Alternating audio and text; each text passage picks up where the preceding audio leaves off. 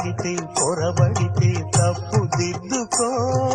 ఒకరినొకరు తెలుసుకొని ఒడిదుడుకులు తట్టుకొని, ఒకరినొకరు తెలుసుకొని ఒడిదుడుకులు తట్టుకొని మసకేయని పున్నమిలా మనికి నింపుకో.